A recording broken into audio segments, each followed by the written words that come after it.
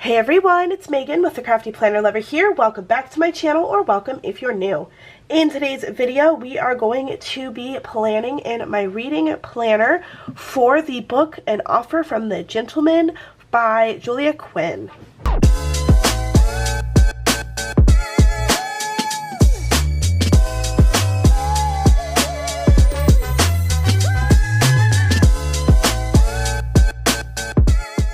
So this is the third book of the Bridgerton series. It is Benedict's story, and despite what everyone thinks, it is actually the story that goes before Colin's story. In the Bridgerton series on Netflix, you find Colin and Francesca's story in season 3, but technically Benedict's story comes first. So we are going to do that in order of the books. This is what we are going to be using. These two I printed out, or actually I purchased this one, and then these two I printed out on my own.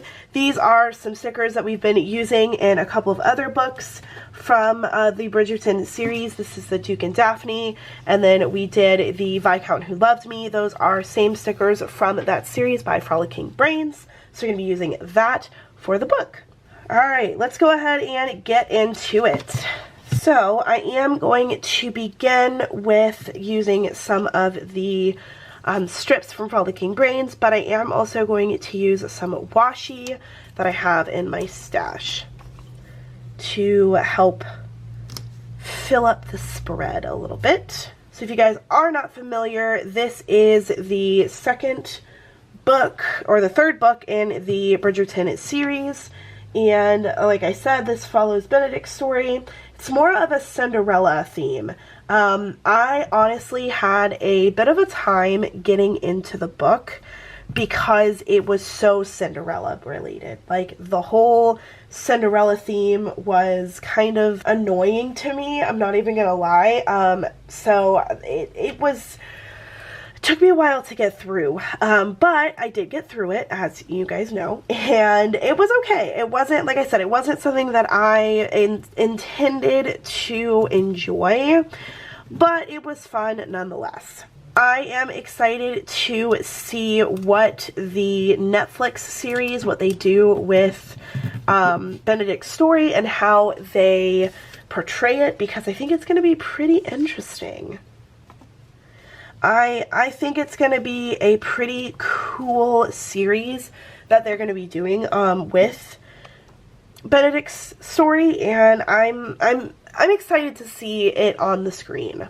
So, since no one has seen a series, at the time of me filming this, obviously, since no one has seen a series of this, I'm not going to give away too much because I want you guys to read it on your own, but let me talk about the characters a little bit. So we have Benedict, obviously, and we also have the female character, Sophie. She is basically like Cinderella. She is from royalty, but you don't know, Benedict doesn't know she's from royalty because she kind of like portrays herself as a maid, so you don't really see her royalty side until later in the book.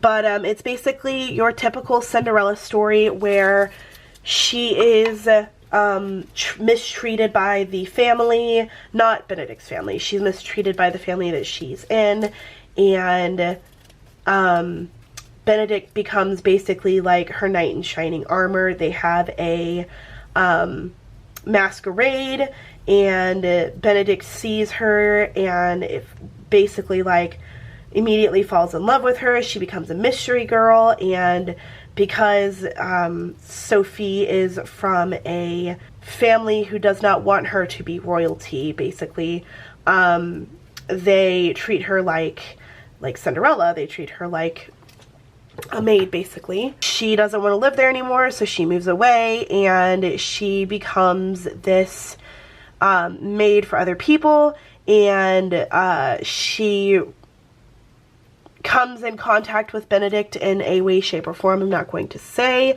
because I think that that is an important part of the book, and I don't want to give it away, but she basically comes in contact with Benedict and is like, they become enamored with one another, and that is how he figures out that she was the girl in the mask, basically. This looks very fun and cute. I do like it. Sometimes I don't do a lot of deco in my spreads, and sometimes I do. It really just depends on what I have in my stash, honestly. Okay, I am going to add a little bit more because I need just a little bit more deco in my spreads other than this. So we are going to add just a little bit more deco. Some flowers and such just to bring in some color, and a little bit more of this gray here because I do like having some sort of deco in my spreads, even if it's not a lot. Okay, I definitely think that that makes it a little bit better, not as clustered as it was.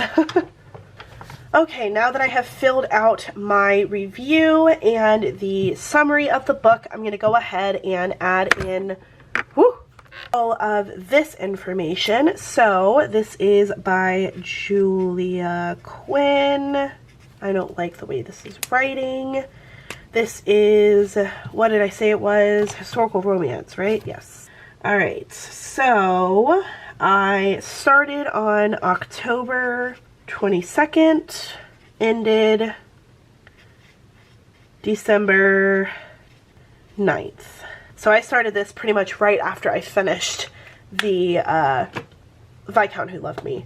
Alright, and then number of pages. This book has 390 pages, and I would recommend this book because it was interesting. Alright, so let's see what I gave the Viscount Who Loved Me. I gave it 1, 2, 3, 4, 5, 6, 7.5. I'm going to give this one 6.5. Just because the first part of the book was super slow.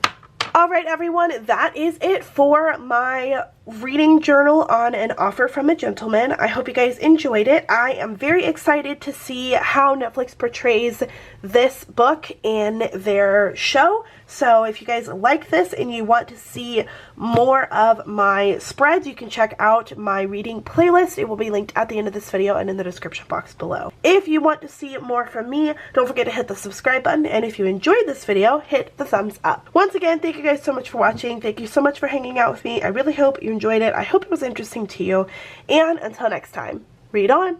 Bye guys.